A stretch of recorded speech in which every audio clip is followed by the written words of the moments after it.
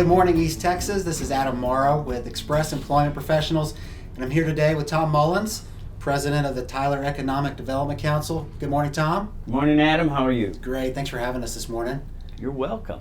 So, Good to have you. Tom, you honored us by participating as a panelist in a luncheon we held to unveil the East Texas Employment Survey for 2019, and the feedback we got from your contribution was really tremendous. In fact, we received a number of questions that inquiring minds want to know a little bit more about what you said. So we thought we'd throw those at you this morning. What do you think about that? Sure. Happy to help. Awesome. So just to refresh everybody's memory, one of the questions that Tom particularly addressed from our survey was this one. Which direction do you see the East Texas economy trending? 65% of you said that you continue to see it trending up. 32% said no change. So overall, a very good perspective on the economy. So Tom, at the luncheon, one of the things you spoke about was the economy rides consumer confidence. So can you unpack that for us? Why is consumer confidence high right now? Yeah, let me make a couple of points. One about consumer confidence and one about the economic projections for this area compared to the state and the nation. First of all, consumer confidence typically drives about 70% of the U.S. economy, of any economy, whether in the United States or in Europe or pick a part of the globe. 70%. That's a pretty big chunk. And like Dr. Ray Perriman, the famous, well-known economist here in Texas, who actually is from this area, he grew up in Lindale, Texas, told me years ago, he said, the economy will do exactly what people perceive it to do or think it'll do. So it becomes kind of self-fulfilling. Mm-hmm. If people are positive about their work and their financial situation and the direction of the state or the national economy, they'll spend money. Mm-hmm. They'll buy things. They'll go on trips. They'll contribute to the economy. And therefore the economy does well. If people are anxious, if they're nervous, if they don't feel they have job security, they'll hold back. And when they hold back, those dollars don't go into the economy, and the economy will respond. It will contract. So that's one point. The other thing, and I'll give Dr. Perriman credit for this too, he comes to Tyler every January and gives us the economic outlook. And consistently over the last 5-6 years, the Tyler, particularly the Tyler metropolitan area, but the Tyler and surrounding region, he projects economic growth over 4%. Compared to the state of about 3.5% and the U.S. At about 3%.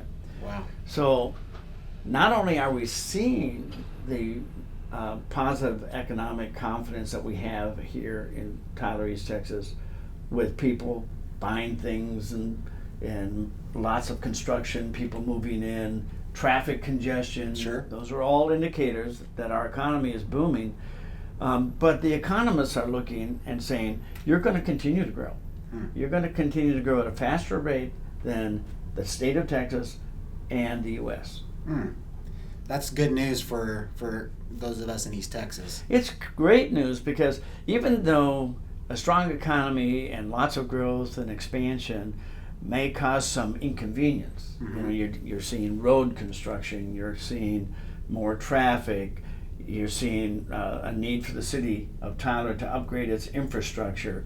You're seeing the need for new schools. Those are all symptoms, or not so much symptoms, but they are all the results of growth. I would rather deal with the challenges of growth than the lack of growth, or if you had a flat economy, or I've lived in parts of the country, I grew up in northeastern Minnesota, where the economy over a 30-year period declined and cities lost population. So if jobs go away, families move. Okay, that makes sense. Yeah. You know, another part or symptom that you've talked about of a good economy is low unemployment. Yeah. Did I hear you right? Did you say that the Tyler or our MSA unemployment was recently measured at somewhere around 2.8%? It is. It's below 3%. For the first time ever, I've been doing economic development work in Tyler since 1989, so 30 years.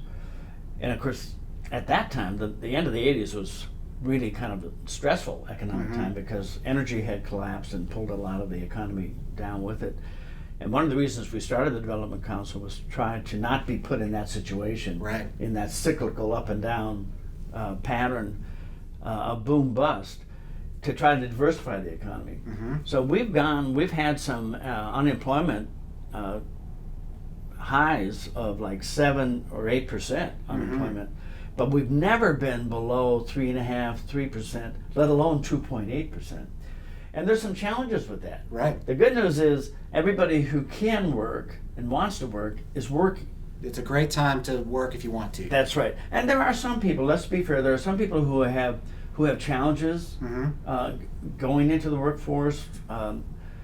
Some people just don't have the skill set. Some people don't want to work full time. So there are a lot of reasons why there's never going to be 100% employment. Sure. Because that's just not realistic. But to be at 2.8% is in effect full employment. That's good news because people who want to work are working. The bad news is if you're looking for people, you're really challenged.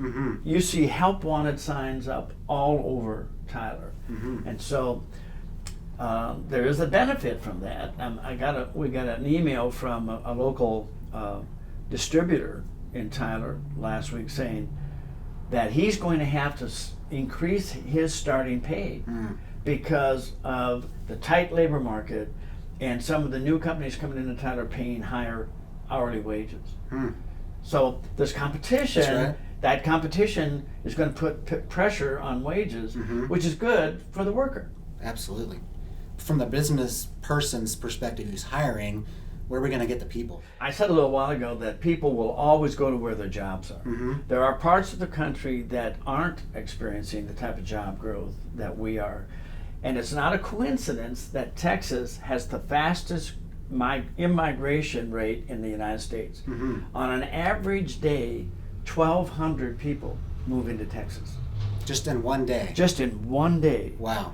And they do that for a variety of reasons, but one of them, and the major one, is because they're finding jobs here.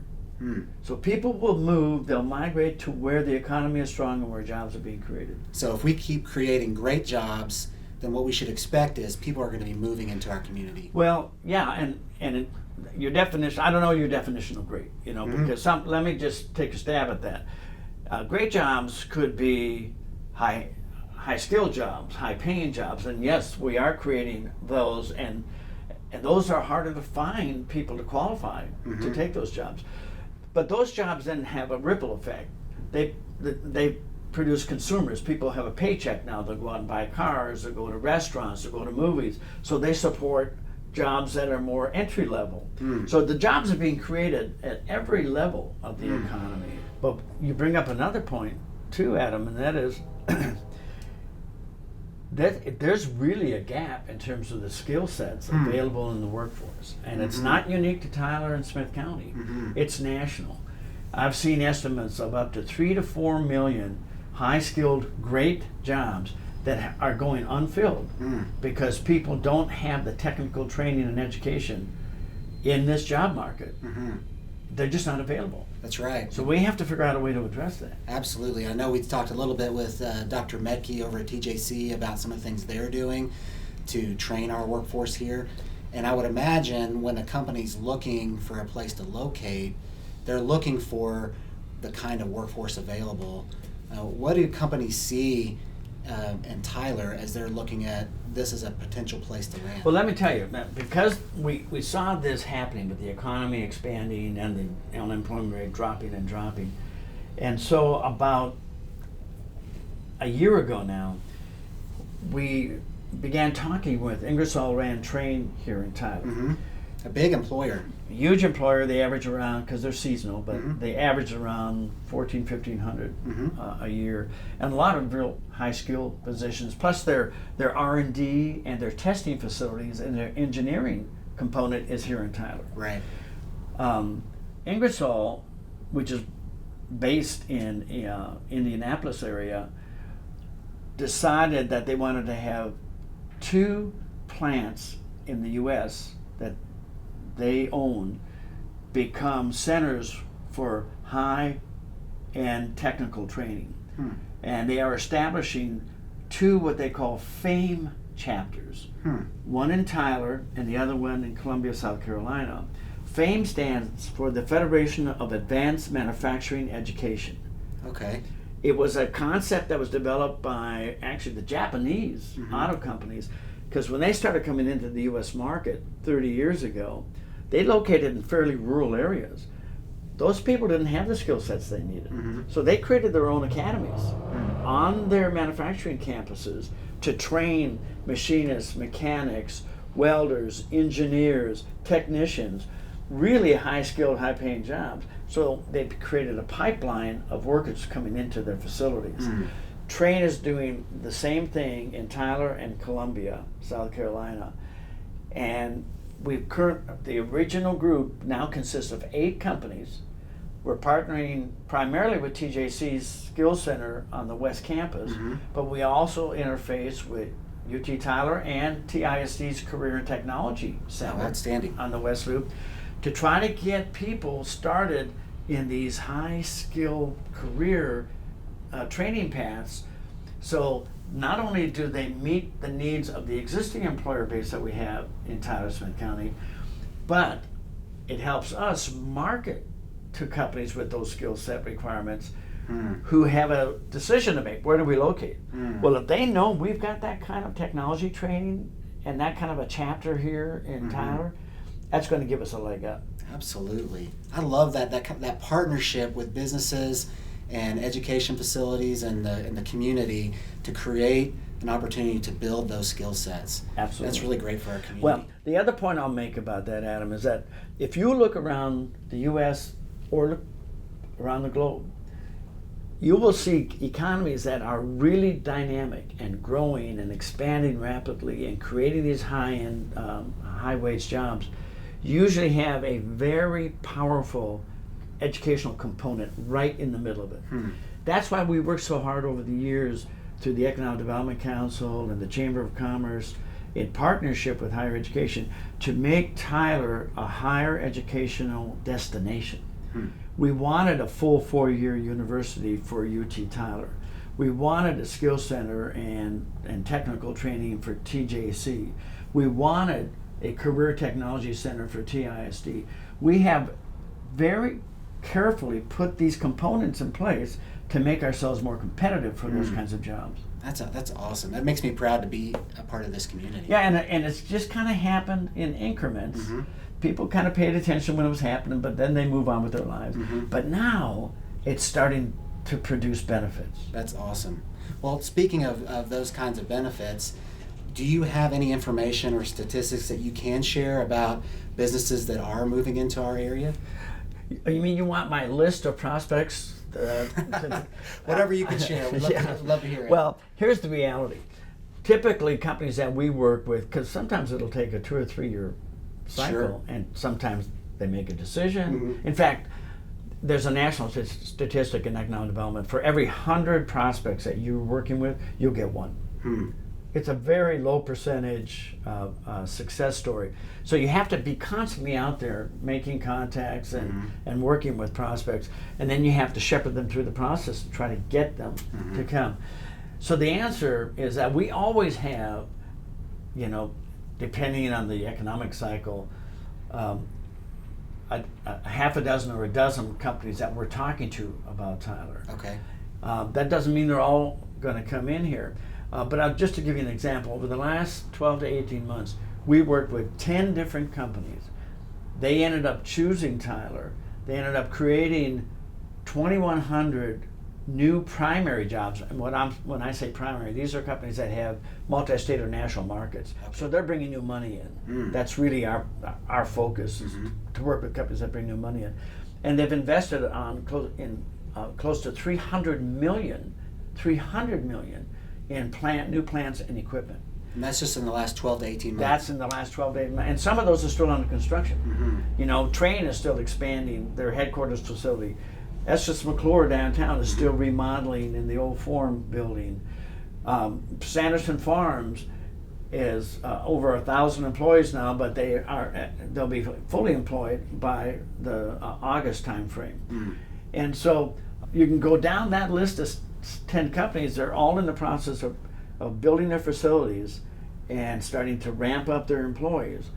And so it'll be another year or two before you really see the impact of all of that activity. And in the meantime, we'll be developing new prospects. But I'll give you one example of a project that went the other way. 3.5 years ago, we began working with a soft tissue orthopedic manufacturer out of Southern California. They had decided that they had enough of the high cost of operating in California, the high cost of regulation and taxes and labor, and they were going to relocate. They wanted to be in a central time zone, and they had some history with Texas, so they kind of liked the idea of Texas. So we started working with them. It was going to be about an $11 million project, 100 new, pretty high-skilled jobs. After 3.5 years, we found out about 2 weeks ago, project's off. Because the spouse of the owner, when she's also part owner, doesn't want to leave Southern California. So she was the real decision maker, I guess. Finally, it came down to a personal choice, a personal preference. Even though economically and business-wise, it made all the sense in the world for them to move their manufacturing to Texas. And we put together very competitive, because at the end of the process, we were competing with Tulsa. It was Smith County versus Tulsa. We put together a very competitive incentive package. We did all the things in terms of connecting them with the educational pipeline and the skill sets. We had a great site for them. The wife didn't want to move.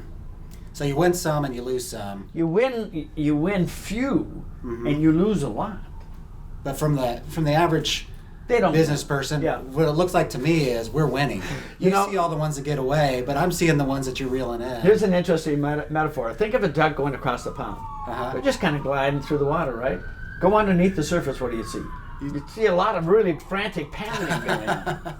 So that's us. If we stick around here, we're going to see some paddling, huh? Well, it's like sausage making. People don't care about all the steps in the process that we go through to put a project together, because that's process stuff. Right. But when you get to the point where you're going public with it, which is usually when we come in front of a public entity because we're starting to ask for approval of the incentive package, then it becomes a story. And then people are going, oh, so-and-so's coming to town, or this company's picked Tyler, or this company's expanding in Tyler, and these jobs are going to be created, and this new investment is going to be made.